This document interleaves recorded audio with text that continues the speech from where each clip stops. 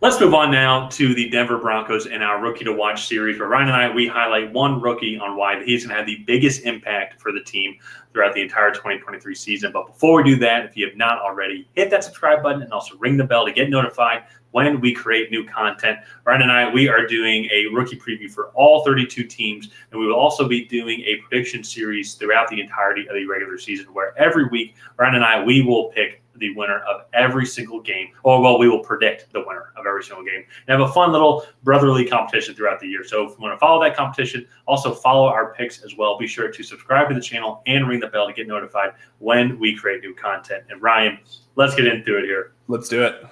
Broncos didn't have too many picks. Broncos also then did trade up for this one player specifically, which that's unique when you don't have a first or second round pick and you trade up in a new coaching regime.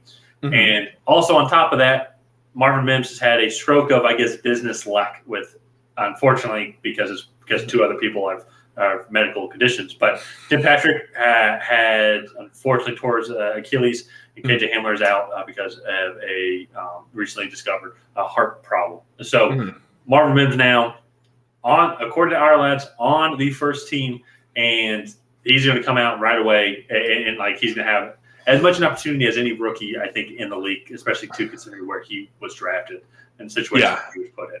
So, what are you looking for Marvin Mims to come out and be like, this is like where he potentially deserves like accolades at the end of the season?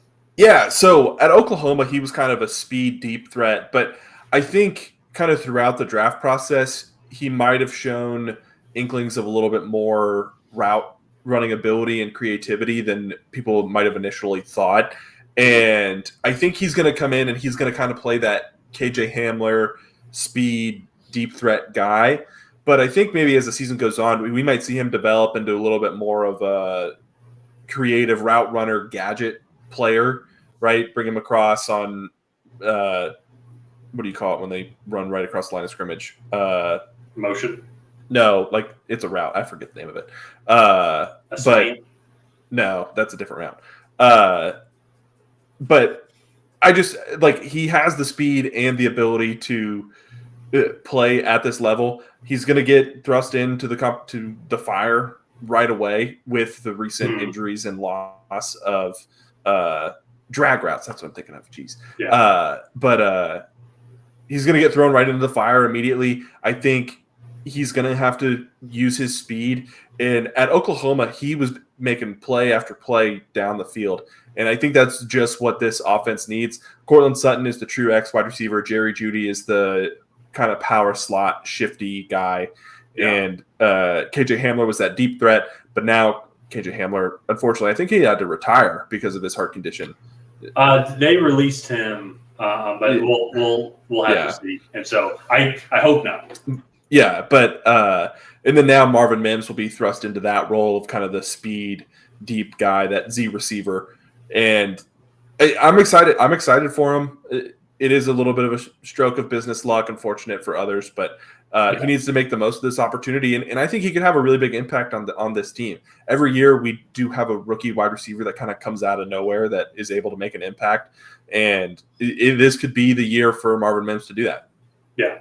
Well, especially too we've seen this now with a lot of guys, and Deebo Samuel was the one that made it big. But I think you're right. I think he has the capabilities and the characteristics to be that gadget guy, where like no matter where he's at on the field, you always have to keep an eye on him because they can hand the ball off to him. They can they line him up in the backfield, but then he can do a drag route as you talked about, or a go route, or just find matchups that benefit him if he's going up against a slower nickel or a linebacker. He's easily going to be able to outrun.